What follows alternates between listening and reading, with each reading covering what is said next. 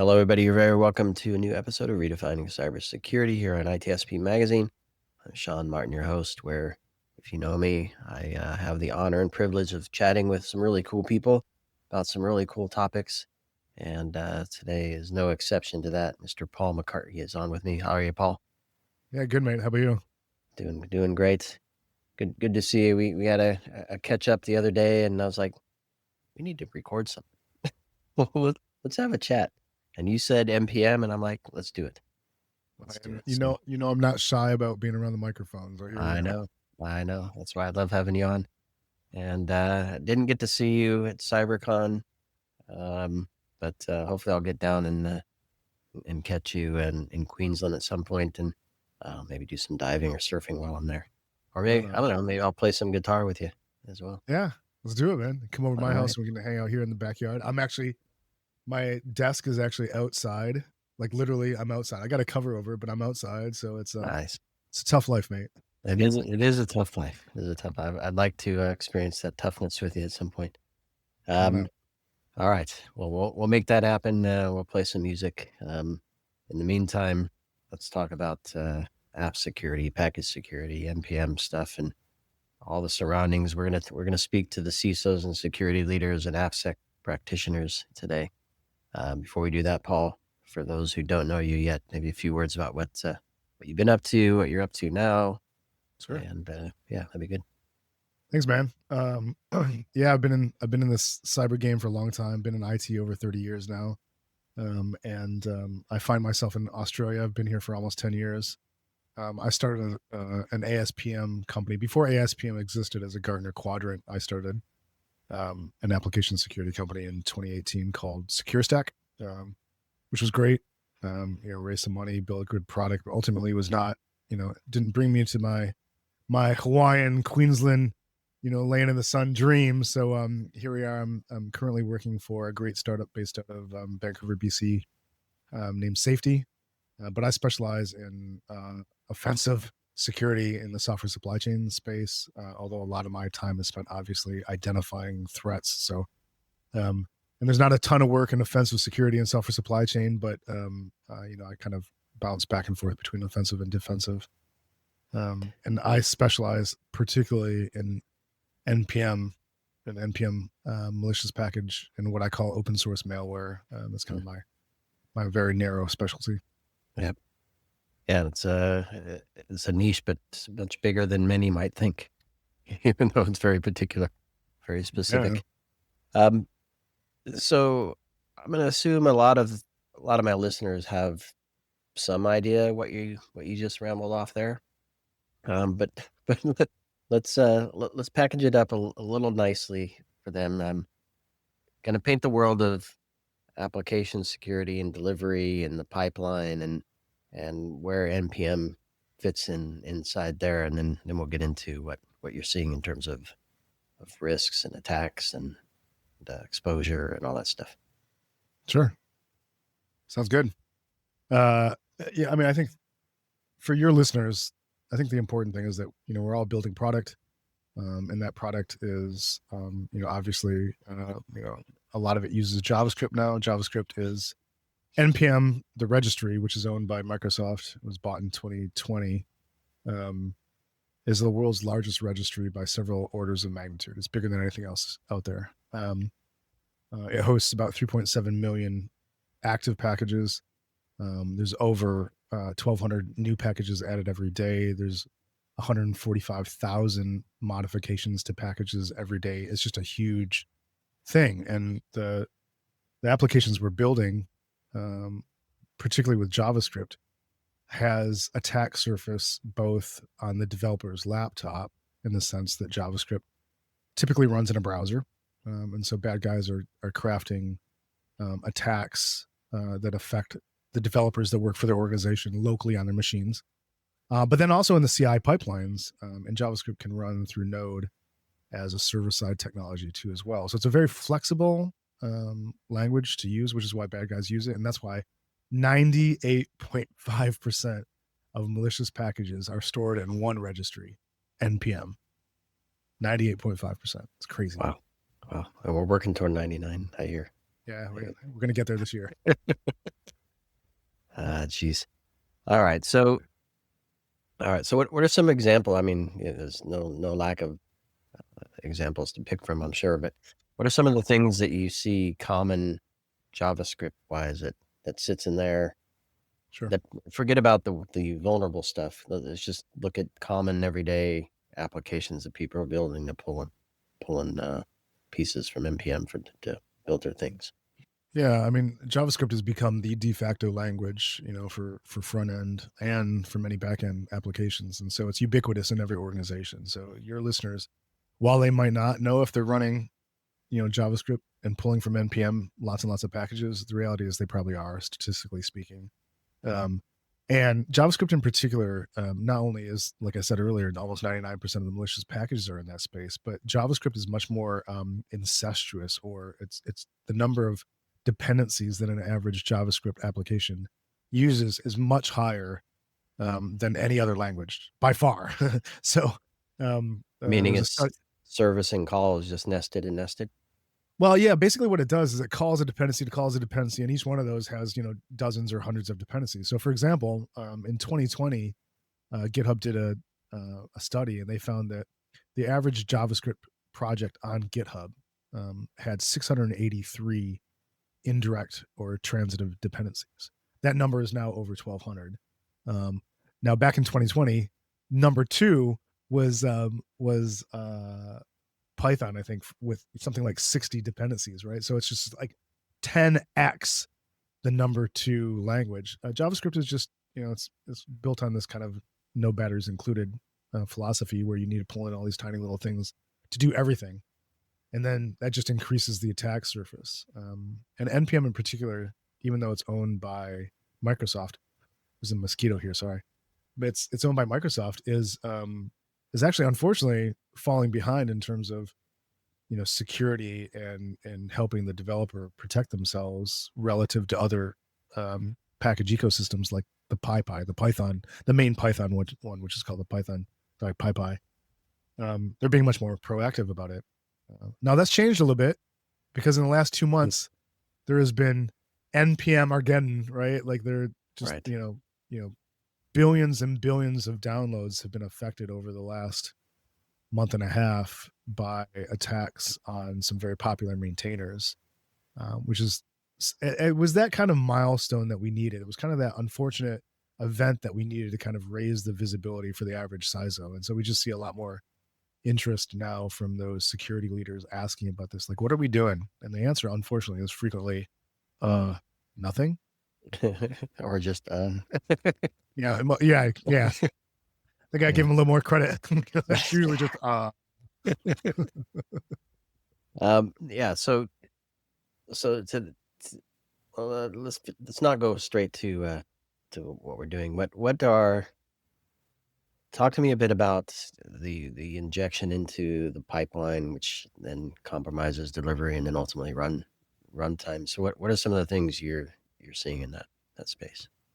Yeah, I mean, that that attack surface, the CI, the continuous integration and continuous deployment attack surface, is huge and it's wide, and there's a lot of great researchers doing stuff in this space, and it's got a lot more visibility now than it had a couple of years ago. But the reality is, it's the Wild West. So when you're building applications on your laptop, at least there's this opportunity for you to kind of observe and the developer to analyze from a security perspective, what they're running there locally. Most CI pipelines just run in total isolation. They pull, hundreds or thousands of packages, really quickly put those together, build an application and deploy it. And then they go away. They're transitive. They go away. So, transient, they go away. And the problem is, I think that we have a lot more visibility in that space, but we just don't. GitHub's doing a good job, and GitLab's doing a good job of trying to build some native tools into their platforms. But the reality is that when an attack happens in the CI pipeline, you're in this kind of crazy space, Sean. You're at this weird intersection of a company's core intellectual property. Like these are the crown jewels, right? This is the code that runs your applications. you sell this to your customers, right? Your customers run this on their machines and their servers and whatnot. You're at this intersection of this core intellectual property, and also more API keys and access than any other place. The density of access in a CI pipeline is unlike any other place inside your organization. So those two coming in contact means it's just like the perfect place for bad guys to go and look. And they absolutely are. The amount of attacks that's happening in that space is just skyrocket. I was looking at one yesterday. The first thing I did is it figured out, which CI pipeline am I running in? Is it Jenkins? Is it GitLab? Is it GitHub? And then based on that, it just went and ganked every single environment variable, every artifact it could, and sent it out to their endpoint. And that's happening in thousands and thousands of CI pipelines, today, and not a lot of visibility on when that's happening. And therein lies the problem. And when is it happening? Is it at build time, or is it just as code is being written, as it compile, build? I don't know. When is it happening? I mean, both. A lot of the attacks now are focusing on the very, very left. The bad guys, unfortunately, have shifted left. We might not as application security providers, You got but the bad idea guys, from the, man, I just think we coined something there, right there, Sean. Yeah. The bad guys have shifted less left in a much more productive, efficient way than we have.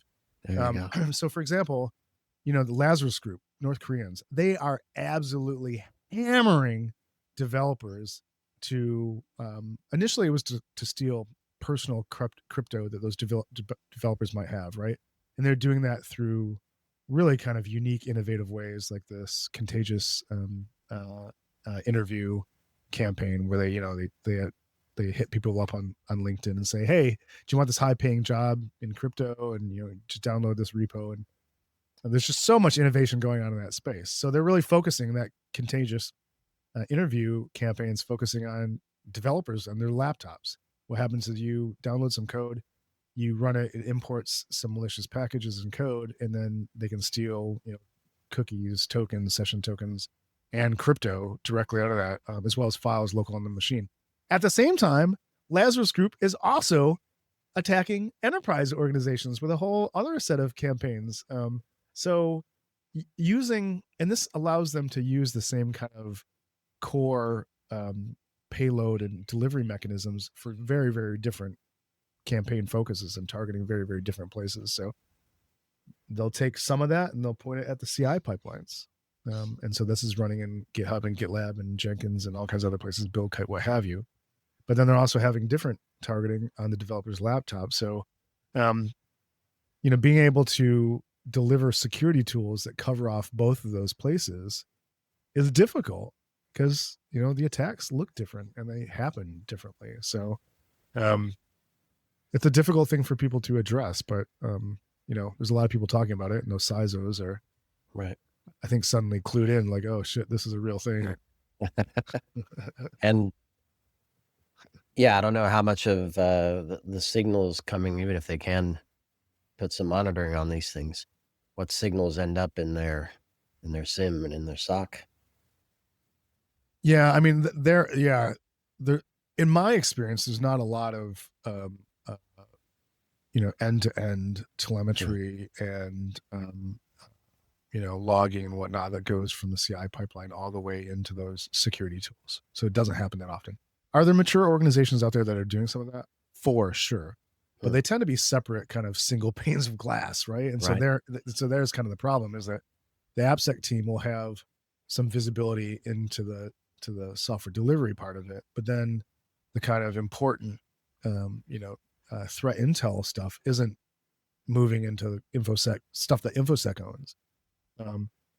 Obviously, like I said, there's mature organizations out there that are doing that, but by and large, it's a very nascent space. It's very, very early, and I don't see a lot of people that are moving that, that data from CI logs and what have you and events into security tooling. Right. So it's left, if they're fortunate enough to have one, left to the AppSec team. Otherwise, it's left to dev, and perhaps even an outsourced dev team, right? That doesn't even know the business. But how do Well, yeah. How do organizations? Let's assume it's not going to SecOps. Let's assume there's an AppSec team. What are they doing to kind of get a view into what's going on here? Yeah, well, I mean, I think the problem is that AppSec teams are typically not focused on this, right? And that's coming down from management, right? So that most AppSec teams are just almost singularly focused on this grind of burning down the backlog of vulnerability data, of vulnerabilities coming out of their tooling. And so they don't have any time or capacity, and the team's not large enough. The number of AppSec teams that are a team of one, especially here in Australia, it's very, very common to have an AppSec team of just one person. So unfortunately, the AppSec team is not, typically, doesn't have the capacity or the ability to be able to look at this kind of malicious attack stuff. So then the problem is it falls on the InfoSec team. The InfoSec team doesn't have any of the tools in the space. Now, here's where the problem gets even worse. It's compounded by the fact that the databases that we rely on, osv.dev, GitHub Security Advisory, for a lot of this data are just not fit for purpose. They're not built to handle malicious attacks. Like they were built in an earlier time when we only observed one software risk, which is accidental vulnerabilities, right? Which is a developer accidentally, SQL injection and input validation, all that kind of stuff, the WASP top 10 stuff. It wasn't until later we realized, oh, people are actually attacking us. They're criminals, purposely malicious. Right. It has a totally different look and feel. But the databases themselves and the infrastructure and the ASPM tools are typically not set up to pull that stuff in the right way. And so you have situations where, for example, some of those big attacks that have happened in the last 2 months, because GitHub didn't apply a tag to a particular event that said malware. This is a crazy story, but it's true. All right, tell me. It came in as a CVE, and so they were treating it like it was a vulnerability. It didn't have this malware tag. So the problem is some of the ASPM tools, and I won't name any names, but it was more than one, they pull the data from GHSA, GitHub Security Advisory, and OSV, and they look for that malware tag to be able to highlight it inside their platform. Well, the malware tag wasn't there. And so what happened is, for a week and a day, 8 days, one of these platforms was not telling their customers about the fact that these dozens and dozens of packages were known malicious, bad stuff. Like this is like, these are bad packages with bad payloads. We're not telling their customers about it because of this kind of fundamental flaw in the way that we kind of address malicious package software risk. We're just not set up to do it very well right now. Right. So many things fly into my head now. One is zero trust. One is the whole AI coding and vibe coding, and which I'm sure just adds complexity. I don't know. Let's go with. Well, let's talk about that. What I want to go back to the engineers, because so it's going to fall onto them, right, when they're picking stuff. For now, right, until we can do something more, further downstream. So how can they determine what's good, what's bad, what's malicious? Are there any signs or signals that Great question, or attributes, or I don't know, right, whatever?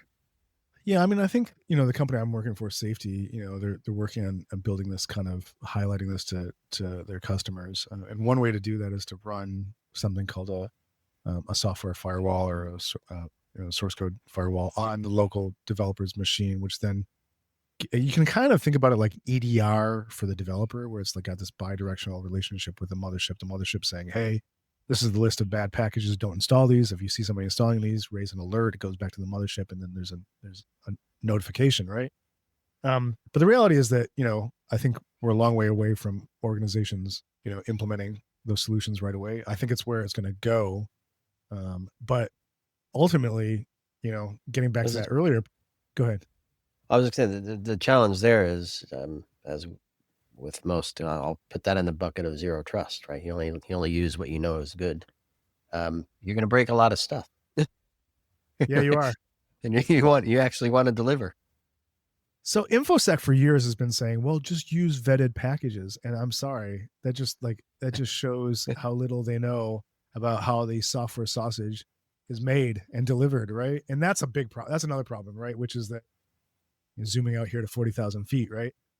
InfoSec has not done a good enough job of trying to join the DevSecOps fray and understand how this stuff kind of natively works, right? So they make these blanket, observations like just vet your packages, just pin your packages, right? And that's like, no, I'm sorry, that's not a big boy answer, right? The managing an internal package repository with something like Artifactory or whatnot has its own challenges, because developers will say, hey, I need this new version of that. And the InfoSec team says, okay, well, we got to take a look at that. We got to vet it before we add it to the thing. Well, then there's a backlog while you wait for somebody to do that. And the team that's doing that, they might not be the best poised people inside that organization to make that determination, but yet that's where the task lies, right? So what I've seen a lot, Sean, is that organizations will implement these kind of internal package ecosystems, and then very quickly it'll get overrun, get backlogged, and they just ignore it, and they go back to pulling stuff directly from the internet. Which, by the way, the reason that happens is just because of the frequency and iteration of change inside of these libraries and these packages. We want to be pulling new code, right? So it's addressing existing historical vulnerabilities in the old versions. But at the same time, if you run latest, you're subject to this very small, rare situation where, a maintainer is compromised, and the bad guys push out this, which is what's happened over the last 2 months, right? These big, right, huge events have all been about account takeover of these package maintainers. But the reality is that doesn't happen that often. So I think, all things being said, it's more, and it's not black or white, it's not one or the other, but the reality is that most organizations have this kind of compromise where with some things they let it go, they pull the most recent version of it, and for certain things they pin it. And then somebody's got to manage the pinning. How often are you updating that, right? So there's a lot more work that goes into it. And if the number of times I heard InfoSec just say, we'll just, vet the packages. If I had $1 for every time, man, I'd have at least a case of beer, mate. Seriously. There you go. A case of beer. That's good. What, maybe describe the story of the maintainers getting popped and what that means and looks like. Yeah, I mean, for open source, for it to work, you want people looking at it, right? It's a community driven thing. And if you put all the onus on one person and it's not their job, but they're maintaining, I don't know. So describe the story and maybe just that whole world of open source. And yeah, that's a great point there. I want to touch on that last one first, which is that I think a lot of organizations, I've heard stories about enterprise, large, huge multinational organizations sending these letters to single maintainers saying, are you SOC 2 compliant? Fill out this questionnaire. And it's like this is somebody working on their spare time, delivering a core functionality to the whole freaking internet. Yep. Like it's like that, it's like that famous meme where they're like one little piece, like, they're doing they're these maintaining people. That piece. These are people with other jobs, lives and families. Yeah.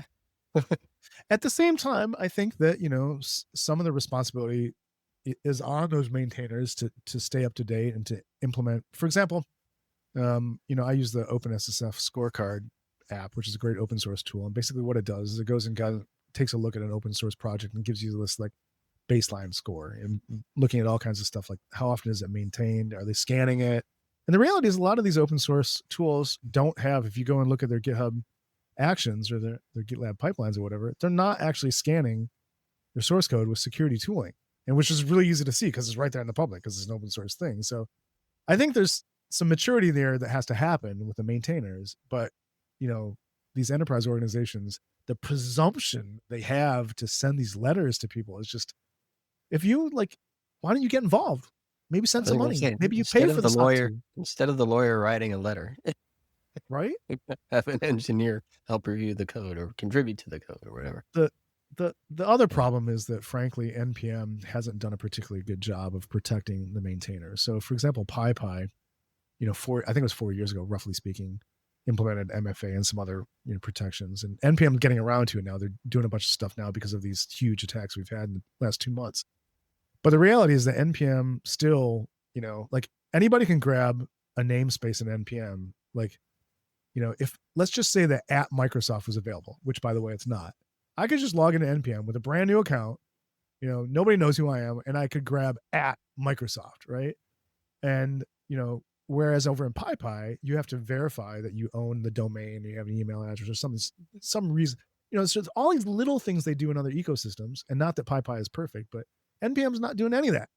And they're owned by the world's second or first largest organization, computer company, based on current stock price. I don't know.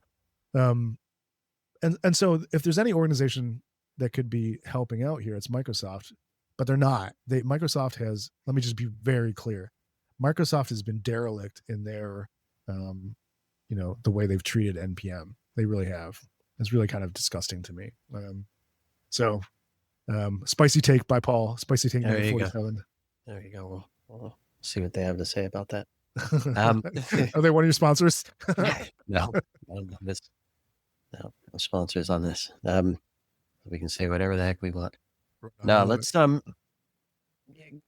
an example of one of the attacks. And I don't know, it may not NPM specific, but I mean, SolarWinds was a similar type of deal, right? It was. And sadly, a few people, I mean, it was a bigger conversation than the package or the build environment. But people were held accountable. Or, so I guess when I'm just describe a scenario and then kind of connected to that, I'm trying to figure out, well, it's this age-old question of software. Who owns that? Right. Who owns the liability when something bad happens? Yeah, I mean, let me answer that question with a story about PyPy, which, and by the way, PyPy has done a really good job over the last 4 or 5 years of really kind of uplifting their security program. So I mean, there's still some things they could do better, but I really have to give Mike and his team some credit there. But so when they were implementing their multi-factor strategy, so basically the important maintainers in PyPy, got this email saying, hey, by the way, we're going to force you and all the other popular maintainers to implement MFA. But we're not going to do it right away. We're going to give you time to do it. So they sent another email like a month and a half later. Hey, just letting you know that, in 4 months, we're going to require you to do this. And they sent another email. But then Sean, the bad guys basically, it's just really easy to figure out who all the top maintainers are in PyPy. You just go and look at the download numbers. Same thing with NPM. Super easy to find out what the bad guys did. And you can get the email addresses of the maintainers from the package metadata, right? So what the bad guys did is they just sent another email, but it wasn't from PyPy. It was from the bad guys. And it said, hey, you know how we told you 3 or 4 times already that you had to implement MFA? Well, today's the day. If you don't do it right now, you're going to lose access to your account. And the number of people that clicked on that, and that one target, I mean, there was nothing nuanced about that. There was nothing special about it. It was just a bad guy using timing, right, and context in a phishing email to be very, very effective at delivering their attack.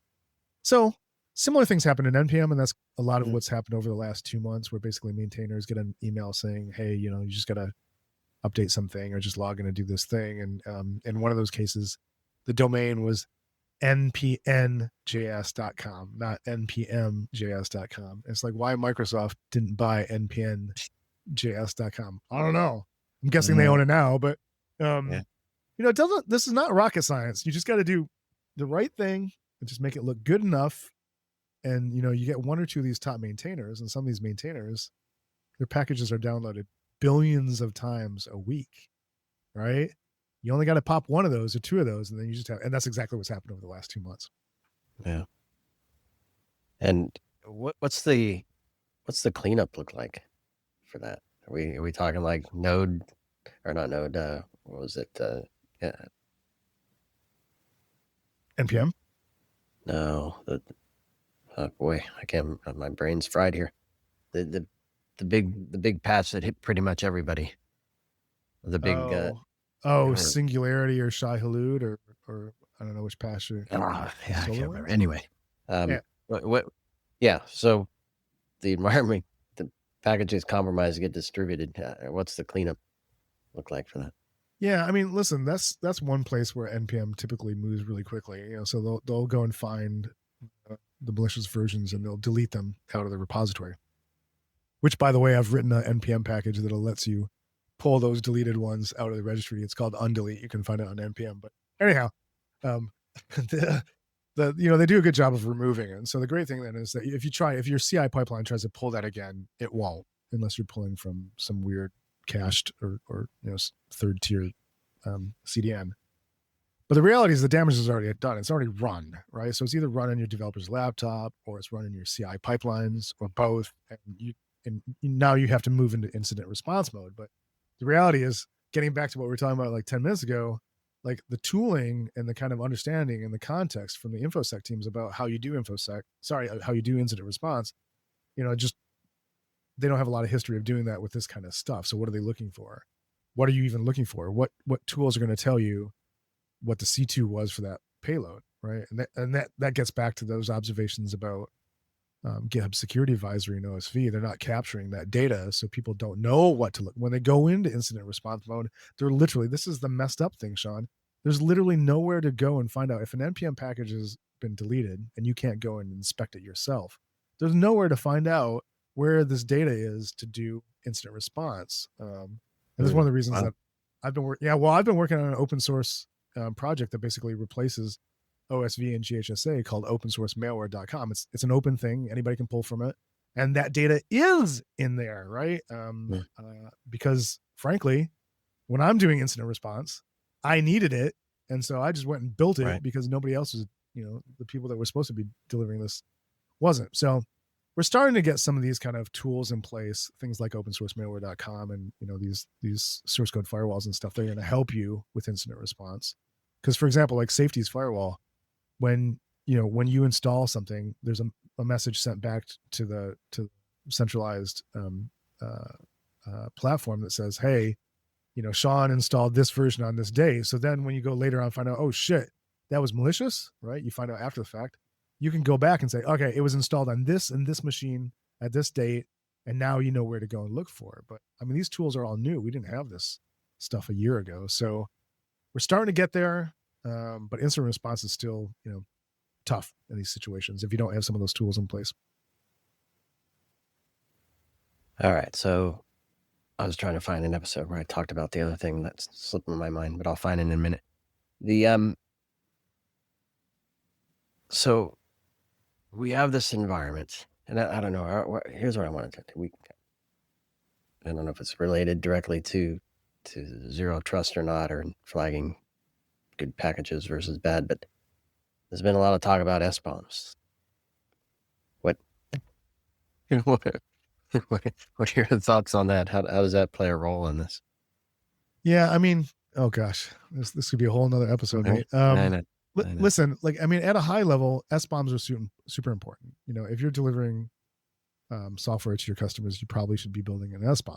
And SBOMs, if they're built and stored right, can be a very powerful thing in incident response or even in proactive security purposes. But the reality is most people don't create their SBOMs like that. First at SecureStack, I came up with this whole idea of this life cycle of SBOMs, which is you do discovery, you find out where all your stuff is, then you generate the SBOMs, then you store them somewhere together, and then you make them searchable. So the next time there's like log4j, is that the one you were thinking about? Is log4j? Boom, nailed it. The next time there's log. It kept saying no to my head, but log4j, that's it. Exactly. As soon as I said that, I was like, I bet that's what Sean was talking about. When there's the next log4j, log5j, whatever, you have one place to go and grep and search and say, hey, where do I have this package, right? So SBOMs can be, very, very powerful things, before and after an incident. The problem is that InfoSec, again, has kind of latched onto this, because it's, the executive action in the U.S. and, all this focus on it over the last 6 or 7 years in the U.S. InfoSec has latched onto it, but they don't really understand how to do it the right way. And so they think it's like a pen test report. Like you do one and then you've got it. You're like, hey, here's my SBOM, right? My SBOM. You want my pen test? You want my SBOM?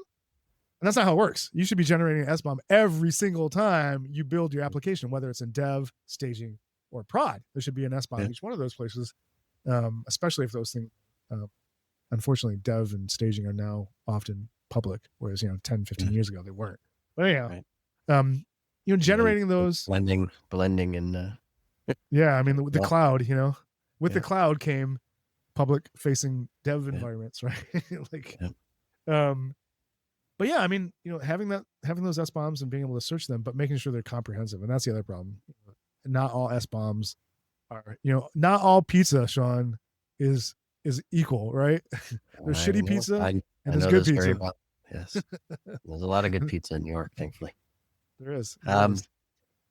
So, and I'm glad we talk about pizza. I love talking about pizza. Let's go,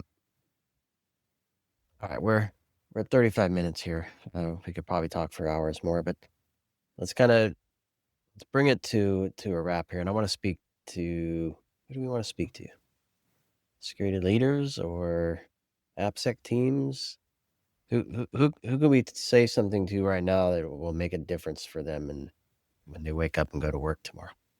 Yeah, I mean, let's talk to the leaders, right? Okay. I mean, we're in this position where, we have this threat. I've known about this threat for a while, but suddenly this threat now, we've hit this kind of, inflection point where now I think CISOs and security leaders see this as a real thing. And that's great. Understanding it, being able to visibly define it, doesn't mean they necessarily understand it completely, but they see it as a threat, and that's good. Where do we go from here, Sean? Like, what do we do? And the reality is that, we do need to buy some tools. We need to do some training, but we need to create some automation around the way that we build and distribute our software so that we start to tackle this problem. If we keep saying, this thing or that thing is going to fix it for us, no, you gotta get involved, right? None of these ASPM platforms are just going to do it automatically for you. Well, most of them aren't. So we need to be proactive. We need to get engineers involved, and we need to help them understand that bad guys are targeting your individual laptop. They're targeting the dev that you're running locally on your machine. That means we need to do something about that. And I suspect they need to talk to you because I can't help them. Hopefully they're smart people and know how to take a look at that environment and start to put some protections, and at least detections in place, and from there protection, hopefully. Agreed. Yep. Paul, it's always good to see you, my friend. Indeed. You too, Sean. Thanks for having this chat with me and scaring my pants off and making me hungry for pizza all the same episode. I like it. Maybe pizza's in my near future for lunch, mate. Here we go. There you go. It could be. All right. Well, I encourage everybody to connect with you. You're a super smart dude and super connected in the community, and it's always a pleasure chatting with you and seeing you. And hopefully, I'll get down to Australia, Queensland, and we'll enjoy the Golden Coast. I'll be not too far away from you. I'll be in DC all next week. So, there you go. I don't know if I'll get to DC. Oh, that's right. It's OWASP. Yeah, it is. Yeah, I'll be there doing my thing, chicken wing. I'm not gonna make it to OWASP, sadly. It's okay, man. Yeah, I know. I'm stuck here working. Anyway, Paul, it's good to see you. Everybody listening to and watching this episode, appreciate you joining me here. And stay tuned for more. I have a lot coming up, a lot of episodes I'm recording. And check out the newsletter that I'm writing. I have a 7-part series on AppSec that I'm working on. And the last one I just wrote touched on this very briefly, kind of the vulnerabilities in the pipeline and kind of to the point we just said that we're not thinking about it too much. So, we have to start thinking about it. All right, stay tuned. Future cybersecurity newsletter and Redefining Cybersecurity podcast. Thanks, everybody.